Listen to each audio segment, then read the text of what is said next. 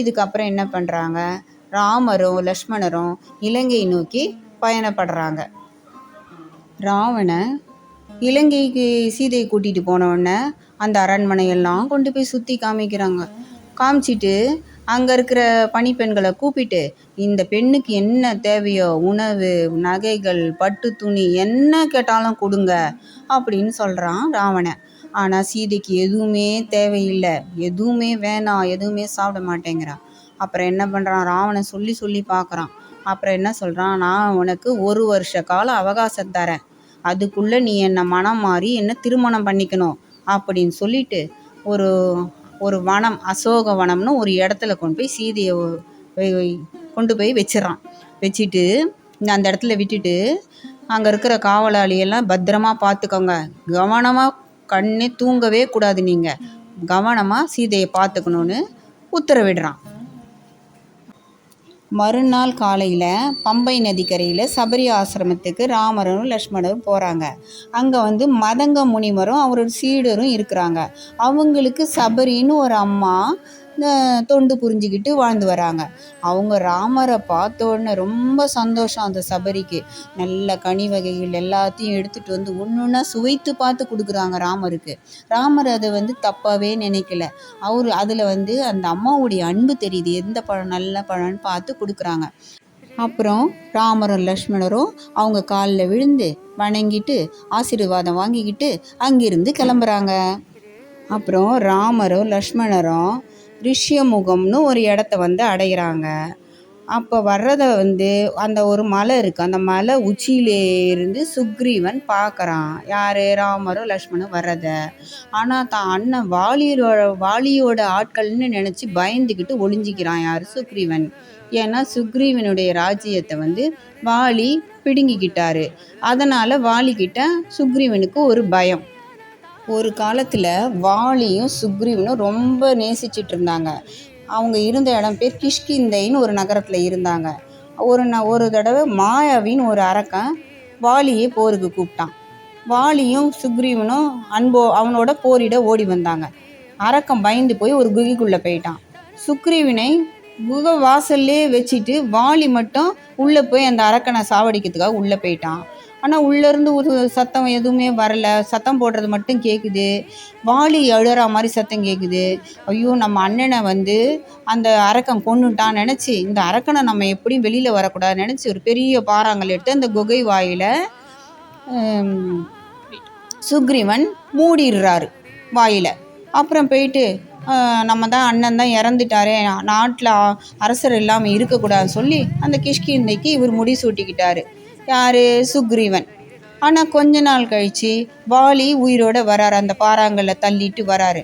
ஆனால் அவர் சுக்ரீவனை தப்பாக நினச்சிட்றாரு, நம்மளை வேணும்னே வச்சு அந்த குகையில் வச்சு என்னை மூடிட்டான் அப்படின்னு. இதனால தான் அவங்க 2 பேருக்கும் பகையாயிடுது.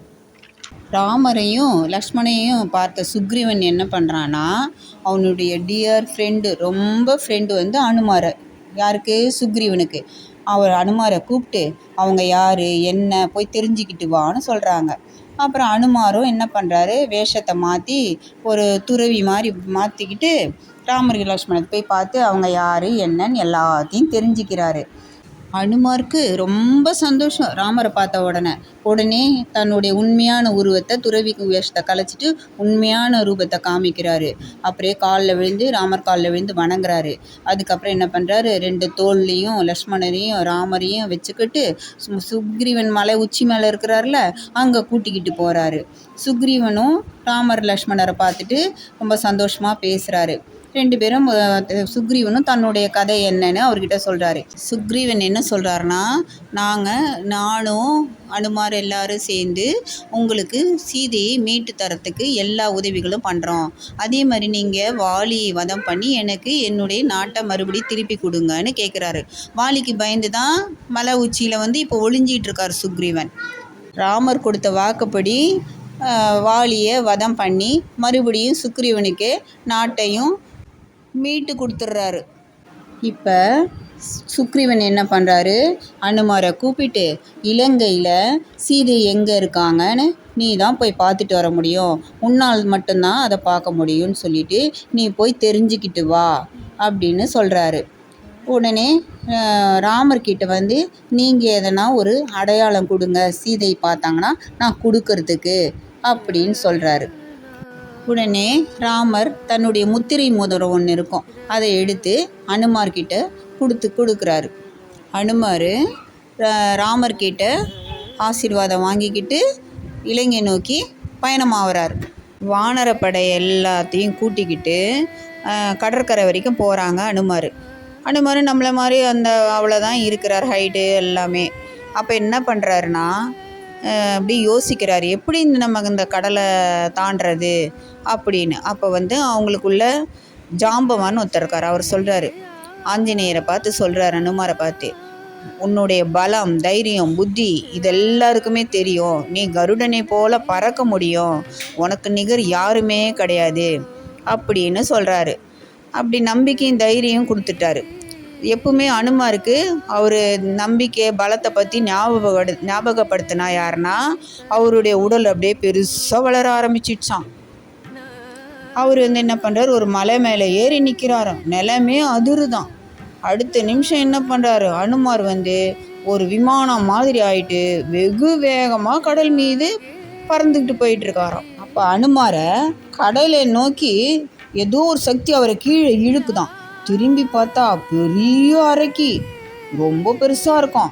அப்படியே இவரை வந்து என்ன பண்ணுறாராம், அந்த அறைக்கு வாயில் விழுங்கிறதுக்கு பார்க்குதான். அப்படியே வாய்க்குள்ளே நுழைஞ்சி உடலை ரெண்டாக்கிட்டு வெளியில் வந்துட்டாராம்.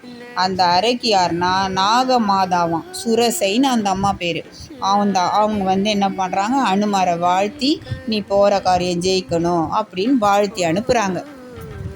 ஒரு வழியாக இலங்கையை போய் சேர்றாரு. ஒரு அரண்மனை வாசல்லையும் பலத்த காவலாக இருக்குது. அப்படி இப்படி தேடி தேடி பார்க்குறாரு. கடைசியாக ஒரு இடத்துல மரத்து கீழே உட்காந்துக்கிட்டு கீழே அப்படியே பார்க்கும்போது அங்கே ஒரே மெலிந்த தோற்றத்தோட ஒரு பெண் வந்து ஒரு மரத்தடியில் இருக்கிறத பார்க்குறாரு. ஒரு நகை கூட மேலே இல்லை, அப்படியே ஒரு மாதிரி இருக்கிறாங்க. இவருக்கு வந்து என்னென்னா அதுதான் சீதா தேவியாக இருக்கும் அப்படின்னு நினச்சிடுறாரு அனுமார். உடனே என்ன பண்ணுறாரு, அப்படியே மெதுவாக போய் அவளை வணங்குறாரு. அவளை வணங்கிட்டு, தாங்கள் யார், தாங்கள் யாராவது தேவதையா இல்லது அரசகுமாரியா, கண்ணீரையும் துக்கத்தையும் பார்க்கும்போது நீங்கள் கண்டிப்பாக ஒரு ராஜகுமாரி மாதிரி தெரியுது, நான் தேடிக்கொண்டிருக்கும் சீதையா நீங்கள் என்று கேட்டார். உடனே அவள் சொல்கிறாளாம், ஆம் நான் சீதை தான், உங்களுக்கு என் கணவரை தெரியுமா, நீங்கள் யார், நான் தெரிந்துக்கலாமா அப்படின்னு கேட்குறார். நான் அனுமார், நான் ஸ்ரீராமரின் தூதன் அப்படின்னு சொல்கிறாரு. சொல்லிட்டு ராமர் கொடுத்த மோதிரத்தை எடுத்து அவங்க சீதை கிட்ட கொடுக்குறாரு. மோதிரத்தை கொடுத்துட்டு, தாயே இன்னும் நீங்கள் ஏன் கஷ்டப்படணும், நீங்கள் என் முதுகில் உட்காந்துக்குங்க, இப்போவே நான் உங்களை கூட்டிகிட்டு போயிடுறேன் அப்படின்னு சொன்னோன்னே இவ ஆச்சரியமாக பார்க்குறாங்க சீதை. எப்படி இந்த முதுகில் கொண்ட, உங்களுக்கு சந்தேகம் வருதான்ட்டு தன்னுடைய பிரம்மாண்ட உருவத்தை காமிக்கிறாராம். உடனே என்ன பண்ணுறா சீதை சொல்கிறா, இல்லை வேண்டாம், நீங்கள் அது மாதிரி தூக்கிட்டு போனால் அது ராமருக்கு பெருமை தராது, நீங்கள் தனியாகவும் இங்கே சண்டை போட முடியாது, அதனால ராமர் வந்து இங்கே போர் புரிஞ்சு என்னை கூட்டிகிட்டு போகணும் அப்படின்னு சொல்கிறா. அதுக்கப்புறம் அவகிட்ட இருக்கிற சூடாமணின்னு ஒரு ஆபரணம் இருக்குது, அதை எடுத்து இதை நீ கொண்டு போய் ராமர்கிட்ட கொடுங்க, ராமர் என்னை வந்து இதை பார்த்த உடனே நான் சீதை இதோடதுன்று அவர் தெரிஞ்சுப்பார் அப்படின்னு சொல்கிறான். உடனே அனுமார் சீதையை வணங்கிட்டு வெளியில் வராரு. அனுமார் என்ன நினைக்கிறாருன்னா, நம்மளோட பலம் ராவணனுக்கு தெரியணும்னா நம்ம எதனா பண்ணணும் அப்படி நினச்சி அங்கே இருக்க பூச்செடி, மரம், எல்லா கூரை, வீடுங்க, அந்த பில்டிங்கு எல்லாத்தையும் உடைக்கிறாரு. செடிங்களை பிடிச்சி வேரோட மரத்தை கீழே சாய்க்கிறாரு. இந்த மாதிரி ஒரே தும்சம் பண்ண ஆரம்பிச்சிட்டாரு. இதை பார்த்த உடனே அங்கே இருக்க அரக்கங்கள்லாம் வந்து அனுமாரை தாக்க ஆரம்பிக்கிறாங்க. அனுமார் என்ன பண்ணுறாங்க, ராவணனுடைய தர்பாருக்கு கூட்டிகிட்டு போகிறாங்க. அப்போ அந்த சபையில் மந்திரிங்கெல்லாம் கேள்வி மேலே கேள்வி கேட்க ஆரம்பிச்சிட்டாங்க அனுமாரை யாருன்னு. அப்போ என்ன பண்ணுறாரு, அனுமார் சுற்றி பார்க்குறாரு. எல்லாருக்கும் உட்காரத்துக்கு ஒரு இருக்கை இருக்குது, இவருக்கு ஒரு இருக்கை கூட போடலை. இவர் என்ன சொல்கிறாரு, நான் ஸ்ரீராமச்சந்திர தூதன்னு சொல்லிட்டு என்ன பண்ணுறாருன்னா அவர் வாளை சொயின்னு சுற்றி சுற்றி சுற்றி ராவணனுடைய சேர் இருக்குல்ல உட்காந்துருக்காங்கல்ல, அதை விட ஹைட்டாக போட்டு அது மேலே ஒரே ஒரு ஜம்பாக ஏறி அதில் உக்காந்துக்கிறாரு. உட்காந்துக்கிட்டு சொல்கிறார், நான் ராமருடைய தூதன், சீதை எங்கே வச்சுருக்கீங்கன்றதை நான் கண்டுபிடிச்சிட்டேன். இப்போ ஸ்ரீராமர்கிட்ட போய் சொல்லுவேன், அவர் உங்களெல்லாம் என்ன பண்ணுவார்னே தெரியாது. அதுக்கு பதிலாக ராவணா, நீ ராமர்கிட்ட மன்னிப்பு கேளு, இல்லைனா நீ இழைத்த குற்றத்துக்கு உன் நாடு எல்லாம் அழிய போகுது அப்படின்னு சொல்கிறாரு. உடனே ராவணனுக்கு ரொம்ப கோவம் வந்துடுச்சு. அவனை கொல்ல சொல்லி உத்தரவு கொடுக்குறான். யார்? அனுமார. உடனே ராவனுடைய தம்பி விபீஷ்ணன் ஒருத்தர் இருக்கார். அவர் ரொம்ப நல்லவர். அவர் என்ன சொல்கிறாருன்னா, வேணாம் வேணாம், அரச தூதனை கொல்லக்கூடாது அப்படி சொல்கிறாரு.